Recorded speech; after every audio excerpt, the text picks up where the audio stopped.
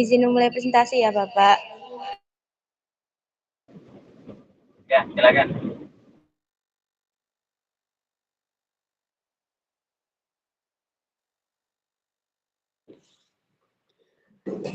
Assalamualaikum warahmatullahi wabarakatuh.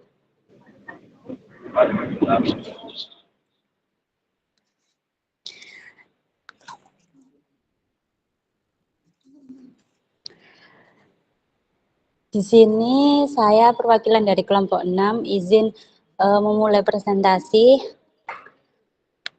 materi kami yang berjudul tentang struktur dan anatomi kontrak.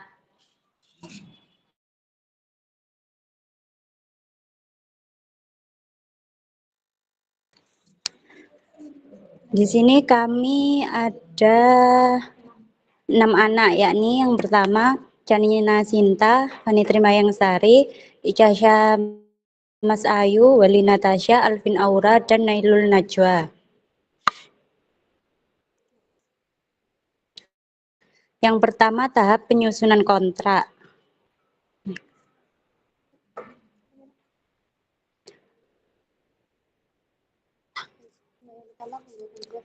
Pertama pembuatan draft pertama yang meliputi judul kontrak. Dalam kontrak harus diperhatikan kesesuaian isi dengan judul serta ketentuan hukum yang mengaturnya, sehingga kemungkinan adanya kesalahpahaman dapat dihindari. Yang B. Pembukaan. Biasanya berisi tanggal pembuatan kontrak. C. Pihak-pihak dalam kontrak. Perlu diperhatikan jika pihak tersebut orang pribadi serta badan hukum, terutama kewenangannya untuk melakukan perbuatan hukum dalam bidang kontrak.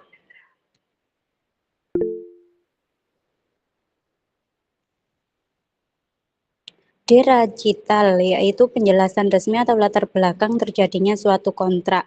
E. Isi kontrak, bagian yang merupakan inti kontrak yang memuat apa yang dikehendaki, hak dan kewajiban termasuk pilihan penyelesaian sengketa.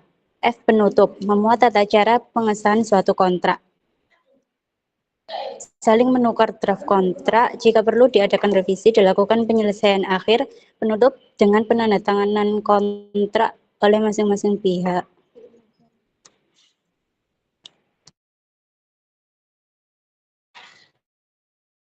Selanjutnya ada struktur dan anatomi kontrak.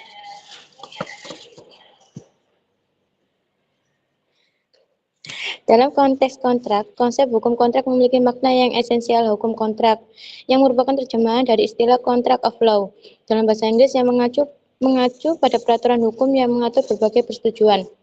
Hukum kontrak ini berfungsi sebagai seperangkat norma hukum yang mengarahkan proses perjanjian, menciptakan dasar bagi hubungan hukum antara pihak-pihak yang terlibat. Kesepakatan di dalam kontrak menjadi fondasi utama yang melahirkan konsekuensi hukum yang mengikat antara para pembuat kontrak. Next. Menurut Salim HS, kontrak atau perjanjian dalam hukum adalah kesepakatan perjanjian antara kedua belah pihak yang memiliki keterkaitan yang dituangkan dalam dokumen tertulis yang mencerminkan kesepakatan kedua belah pihak untuk mencapai tujuan tertentu. Next. Selanjutnya ada struktur dan anatomi suatu kontrak. Yang pertama ada pendahuluan. Dalam pendahuluan ini dibagi menjadi 3 subbab.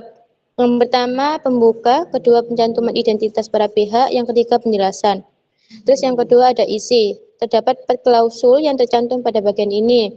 Pertama klausul definisi, transaksi, spesifik, dan ketentuan umum. Dan terakhir penutup. Terdapat 2 bagian dalam hal ini. Yang pertama kata penutup dan ruang penempatan tanda tangan. Selanjutnya dibaca oleh Welly.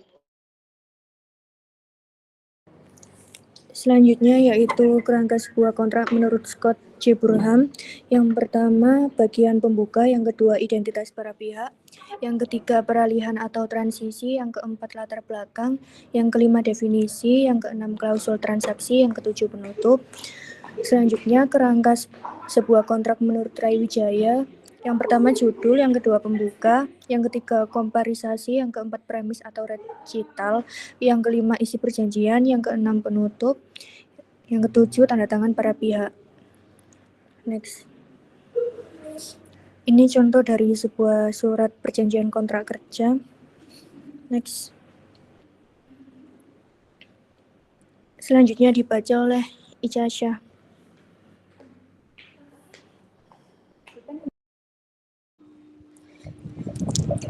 Pasca penyusunan kontrak. Yang pertama yaitu pelaksanaan dan penafsiran. Undang-undang telah menentukan sejauh mana penafsiran dapat dilaksanakan dengan memperhatikan hal berikut ini. Yang pertama yaitu kata-kata yang dipergunakan dalam kontrak. Kedua, keadaan dan tempat dibuatnya kontrak. Yang ketiga, maksud para pihak.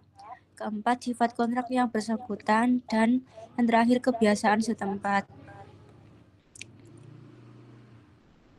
Yang kedua, alternatif penyelesaian sengketa. Para pihak bebas menentukan cara yang akan ditempuh jika timbul sengketa di kemudian hari. Biasanya penyelesaian sengketa diatur secara tegas dalam kontrak. Para pihak dapat memilih lewat pengadilan atau di luar pengadilan. Setiap cara yang dipilih mempunyai kelebihan dan kekurangan masing-masing yang harus dipertimbangkan sebelum memilih cara yang dianggap cocok untuk diterapkan.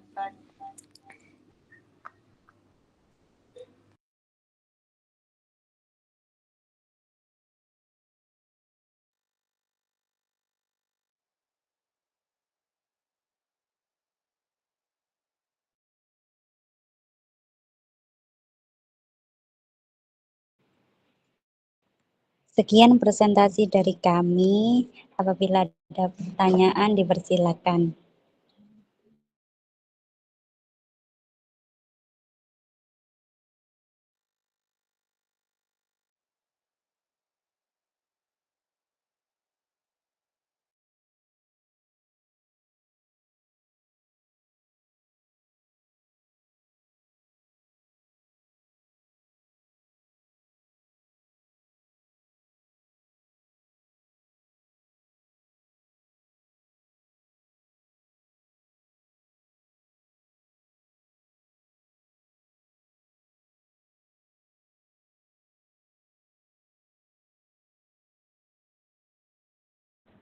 Izin bertanya pemateri.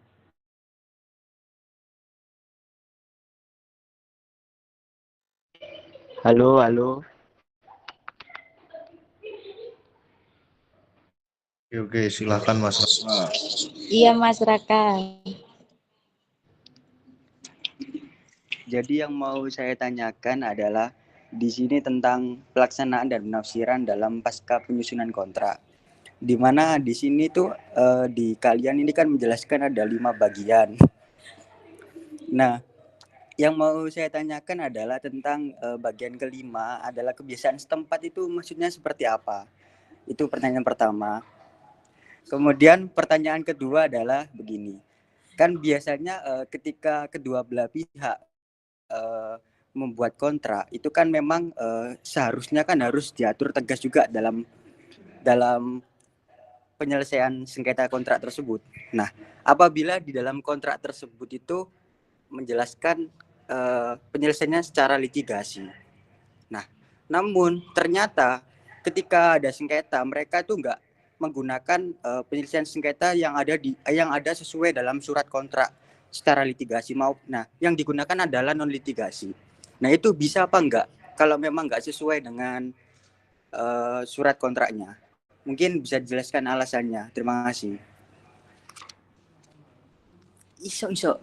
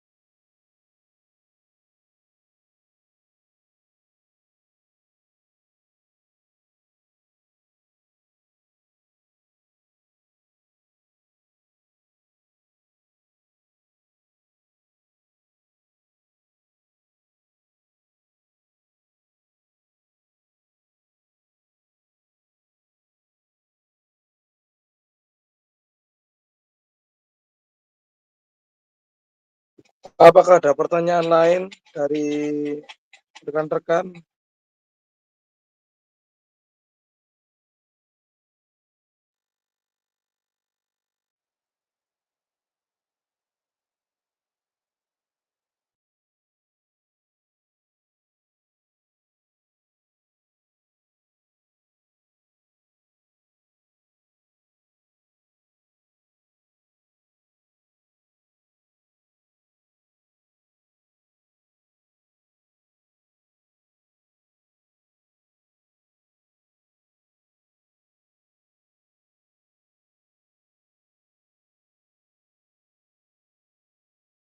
Untuk materi kalau sudah tahu jawabannya dijawab dulu aja enggak apa-apa.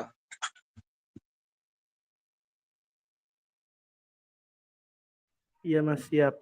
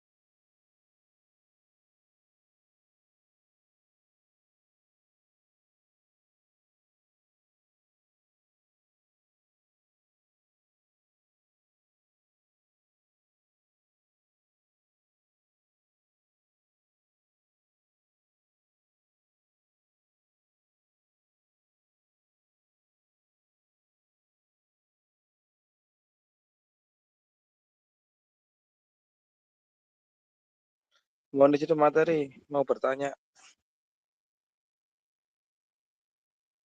Materi, Oke, Mas. Monggo, Mas. Monggo. eh, ini saya agak bingung ya di dalam ini tentang kerangka sebuah kontrak menurut Scott J. Burham sama menurut Tawijaya. Nah, yang saya tanyakan ini apakah kedua kerangka tersebut itu memiliki persamaan atau eh, apa ya? Kayak lebih spesifik mana gitu loh kalau dari menurut Scott antara Scott sama Rawijaya. Terima kasih. Bisa dipahami nggak? Iya, Akil, terima kasih.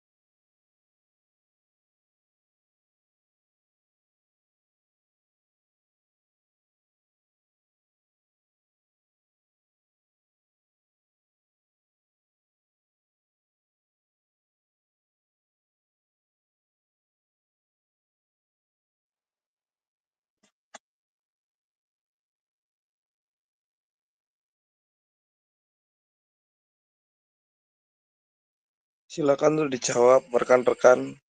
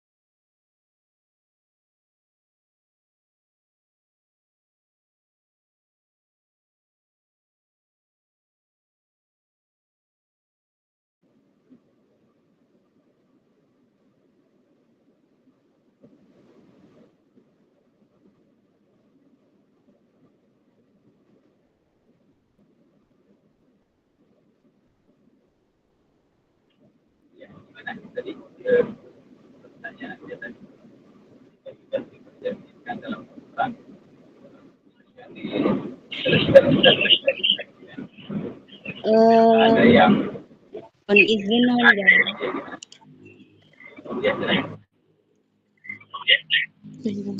Mohon izin menjawab pertanyaan dari Mas Raka.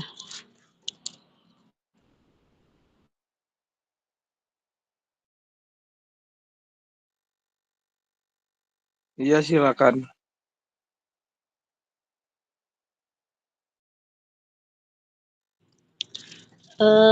Mas Raka mau jawab yang poin kedua ya. Tadi kan apabila dalam kontrak itu menjelaskan penyelesaian sengketanya itu secara litigasi, terus kemudian itu penyelesaiannya itu tidak sesuai dengan perjanjian yang di kontrak itu, alasannya bagaimana, begitu kan ya? Iya.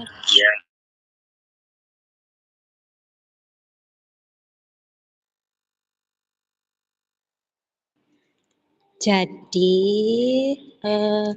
dalam hukum itu kan kontrak itu kan adalah sebuah perjanjian yang melahirkan suatu kewajiban, baik untuk berbuat maupun tidak melakukan sesuatu. Oleh karena itu, menyelesaikan permasalahan tidak sesuai dengan perjanjian pada kontrak tidak diperbolehkan. Akan tetapi apabila kedua belah pihak itu sepakat untuk menyelesaikannya itu secara non litigasi atau tidak sesuai dengan perjanjian, maka boleh saja akan asal ada kesepakatan kedua belah pihak. Bagaimana Mas Raka? Ya, makasih.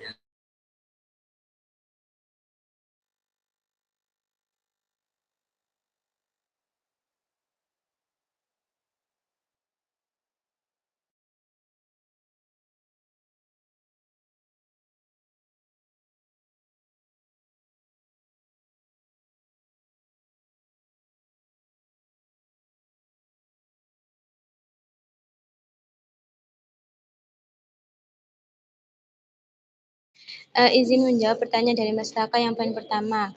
Jelaskan, tadi pertanyaannya jelaskan pelaksanaan dan penafsiran dari bagian kelima, yaitu kebiasaan setempat. Kebiasaan setempat adalah mengacu pada praktik atau kebiasaan yang berlaku dan diakui secara umum di wilayah terkait tempat perjanjian dilaksanakan.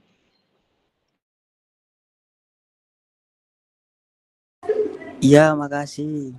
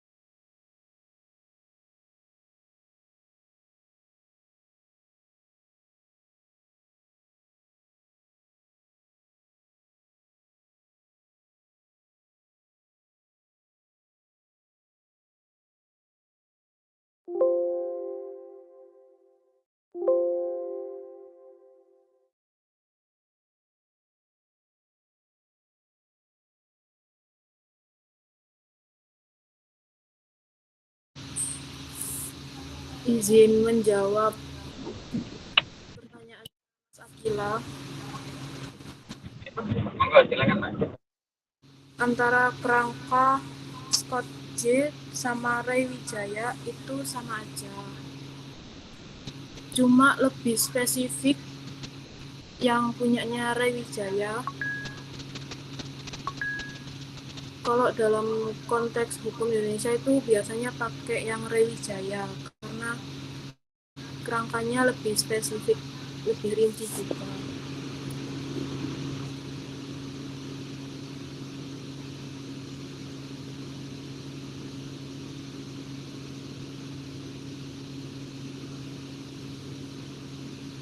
Betul.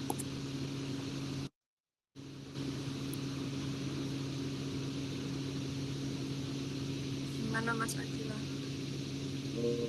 Berarti lebih kalau di Indonesia lebih spesifik pakai yang Rewijaya kalau gitu ya. Oh iya, terima kasih ya pemateri. Ya, sama-sama.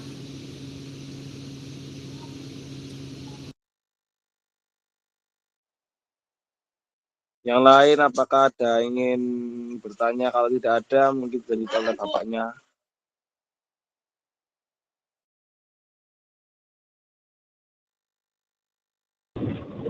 Oke, baik. Sambil menunggu kalau ada pertanyaan ini saya tambah ya.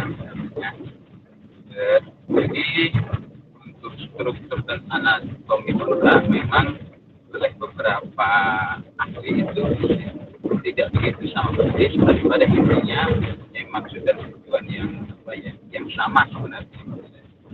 Karena pada dasarnya selama kontrak itu memenuhi 4 syarat tadi itu ya cukup gitu ya.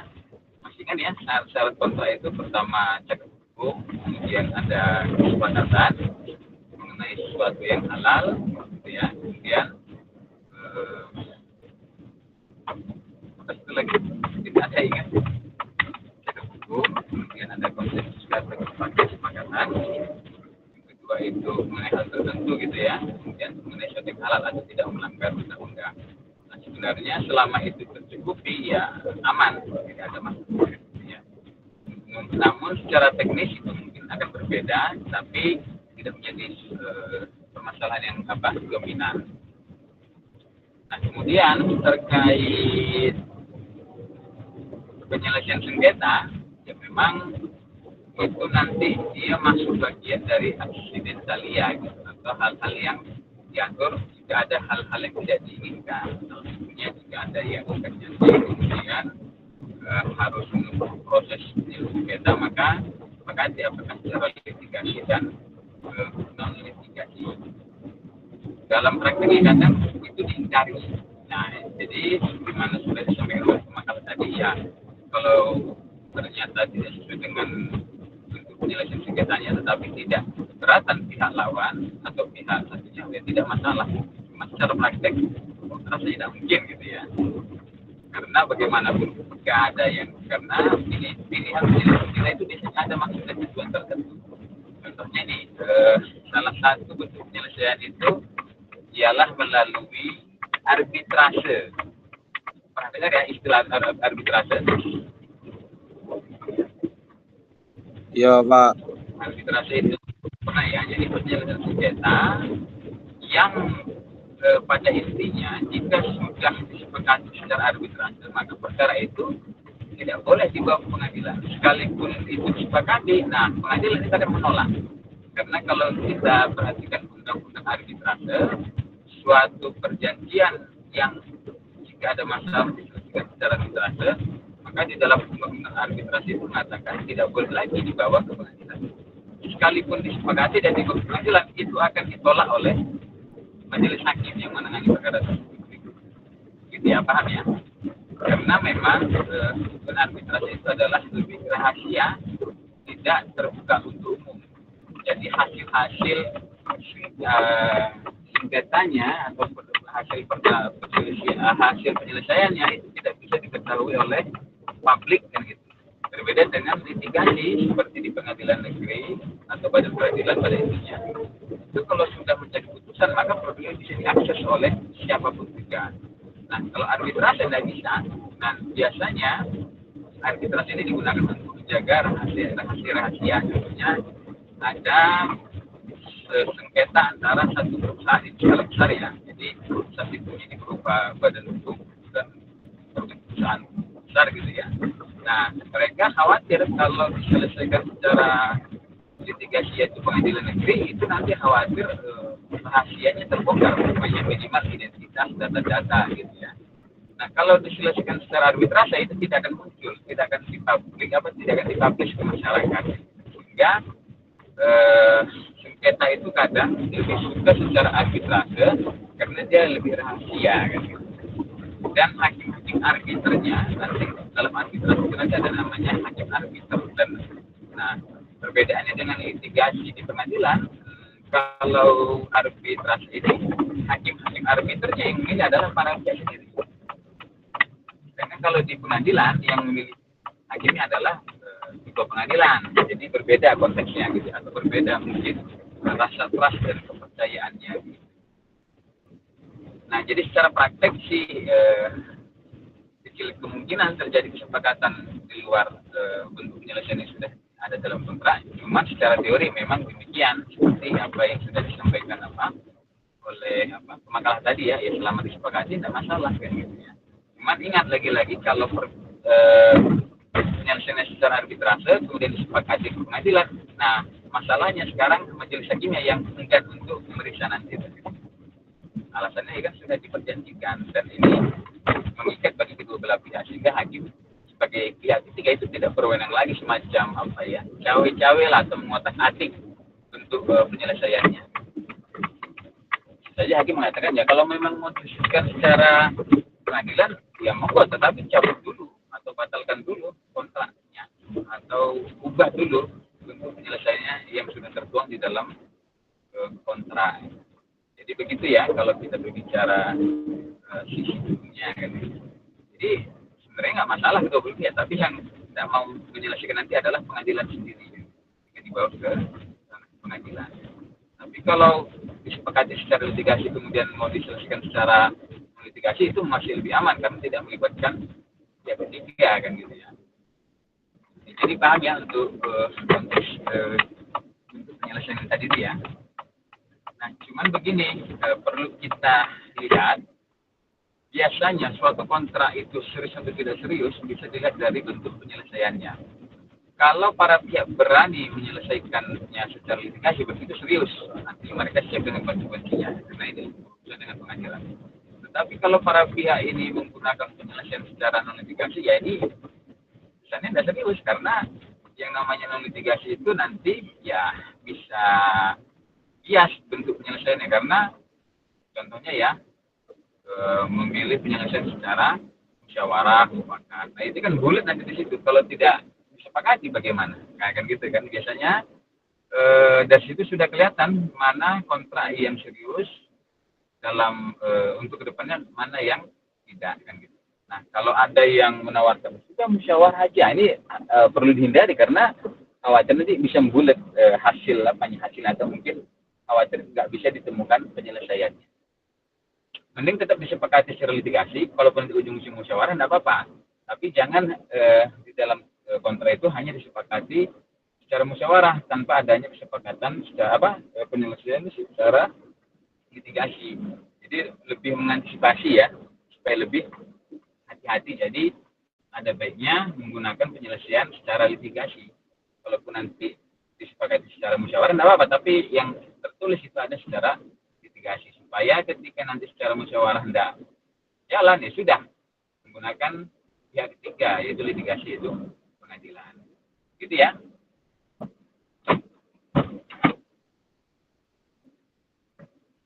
Oke, itu mungkin tambahan dari saya. Kalau memang masih ada pertanyaan monggo silakan bertanya, tapi kalau tidak mungkin bisa ditutup dulu presentasinya.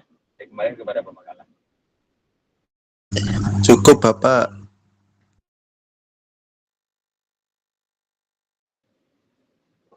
Oke, cukup ya kalau gitu ya. Baik, Iya terima Pak, kasih. cukup. Untuk akses saya kita dibantu ya. Yang pertama yang tidak hadir aja, kemudian sama yang bertanya. Siapa tadi itu dari lupa, tolong nanti disampaikan di grup biar saya rekap. Karena ini belum mungkin kan saya absen secara Sinau masih belum saya minta bantuannya ya untuk direkap di list dibantu untuk absen siapa saja yang tidak hadir. Kalau yang ada tidak perlu, yang tidak hadir saja karena sakit, izin atau tanpa keterangan, nanti coba sampaikan apa saja. Baik, terima kasih. Saya kembalikan kepada Pemakala sekaligus untuk ditutup perkuliahannya. Terima kasih. Baik Bapak, sama-sama. Jangan ini ya, jangan ada yang keluar dulu.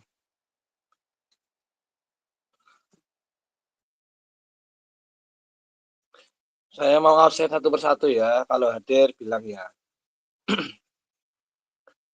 Ahmad Farhan.